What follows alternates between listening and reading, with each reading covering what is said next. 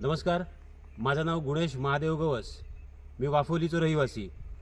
तर आज तुमच्या माध्यमातनं आमका शासनाकडे हो मॅसेज देऊचो असा की आमच्या वाफोली आणि विलवडे ह्या परिसरामध्ये जवळपास 6 कॉरी आणि काहीतरी 4 क्रेशर असत.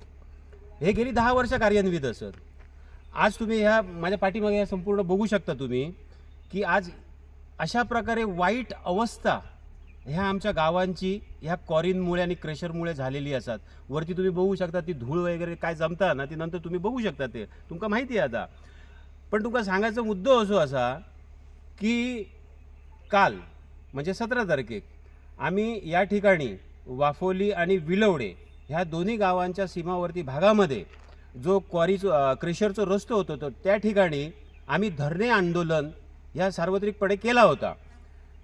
आमच्या या आंदोलनात माननीय सन्माननीय तहसीलदार साहेब यांनी आमची जी काही दुःख होती ह्याचा विचार करून त्याची पाहणी करून आमच्या पदरात त्यांनी न्यायाचा दान दिलेला होता. आता ह्या न्यायाचा दान म्हणजे कसा होता की आमका त्यांनी आश्वासन दिला होता आणि ह्या कॉरी मालकांका आदेश दिले होते की जोपर्यंत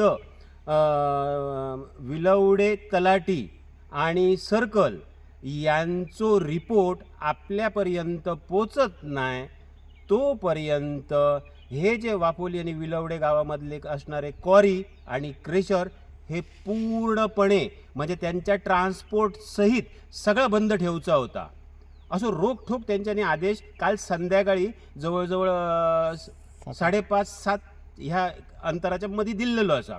बरं, आता हे क्लास 1चे ऑफिसर ज्यांनी हो आदेश दिलो हे क्लास 1चे ऑफिसर बरोबर, आणि त्यांनी दिलेलो आदेश 24 तासही उलटून न जाता या ठिकाणी या कॉरी मालकांनी जे रोज 2 किंवा 4, 3, 4 असे जे स्फोट होत होते ते आजच्या दिवशी तब्बल 11 स्फोट ह्या कॉरी मालकांनी घडवून आणलेले असत. आणि ही वाफोली आणि विलवडे हो जो कृषीप्रधान जो गाव होतो तो आज पूर्णपणे नष्ट करूच्या मार्गावरती हे क्वारी आणि क्रेशरवाले जे काही व्यापारी असत हे बाहेरनं पण इलेले आहेत थोडेसे, लक्षात दिलं की नाही. तर हे पूर्णपणे आमच्या मुळावरती उठलेले आहेत. पण आज आपल्या सगळ्यांच्या माध्यमातून मी ह्यांका एकच गोष्ट सांगायचा प्रयत्न करतोय. लक्षात ठेवा, ज्यावेळी आमच्या मुळार येताल्यात ना तेव्हा आम्ही तुमका समूळ नष्ट केल्याशिवाय मात्र रवाचो नाही. कारण आमच्या जीवन आणि मरणाचो आज हो प्रश्न तुम्ही निर्माण केला. आता ह्या माझ्या पाठी तुम्ही बघू शकता, हे दगड बघा, हे जे दगड असत ना हे ब्लास्टिंग केलेले सगळे दगड असत हे सगळे. आणि ह्या फोडूचं आता काम हैसर चालू असा बरोबर.